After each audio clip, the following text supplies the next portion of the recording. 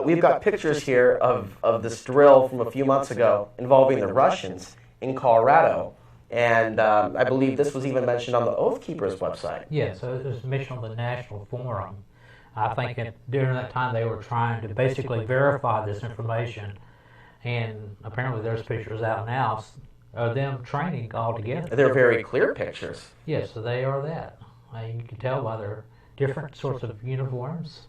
So all of this pretty much ends the idea that it's a conspiracy theory that foreign troops could be stationed in the United States to restore order. And that is why that tenet that is in the Oath Keepers, we now know the evidence that this is happening. The government has invited these groups to participate in these war games. And in these particular drills and events, they're taking on terrorists, domestic enemy combatants. And the question is, what type of event are we going to foresee that's going to cause that backlash against the government?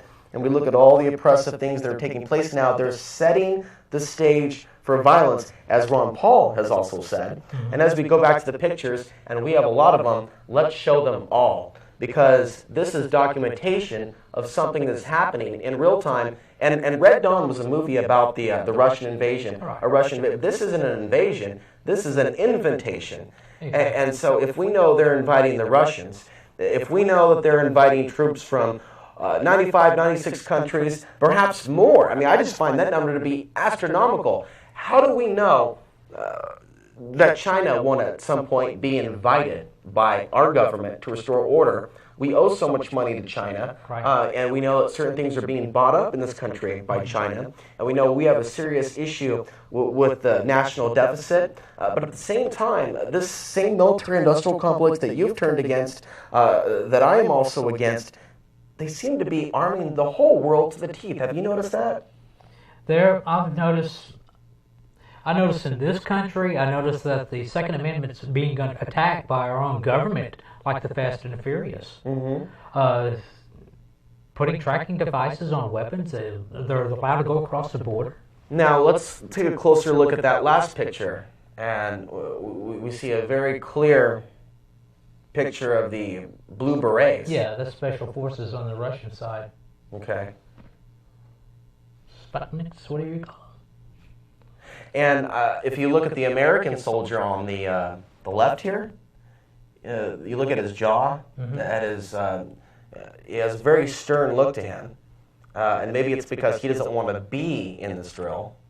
But it could also be that he's an angry SOB, and he was hand-picked, also on the American side, to be a part of this special forces operation. Because I'm going to go ahead and speculate that a lot of these men that are involved in these integration drills have no conscience. Otherwise, they wouldn't be involved in this. I know some of them don't have a choice, but we do know there is grooming that takes place. There are people that are hand-picked for special operations, and that there are profiling that goes on within the military when it comes to placing people in certain directions. Well, that's the reason behind Oath Keepers. We're trying to outreach to each and every one of these men and women that wear the uniform. We want them to know that, hey, we want you to be conscious of lawful and unlawful immoral orders.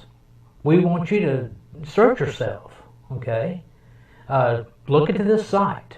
Yeah, we're here to educate. Read the Constitution, read the Bill of Rights, your Declaration of Independence. Look over the federal papers. Get yourself educated, because the educational system in this country is in serious, serious trouble because of lack of education. They dumb the kids down. But they want young folks that are basically, they want young folks that can't think, but they can think if we just wake them up. What is he looking at? It's like he's looking into a coffin. I'm not really sure. It's kind of hard to tell. It looks like a drawing of some sort.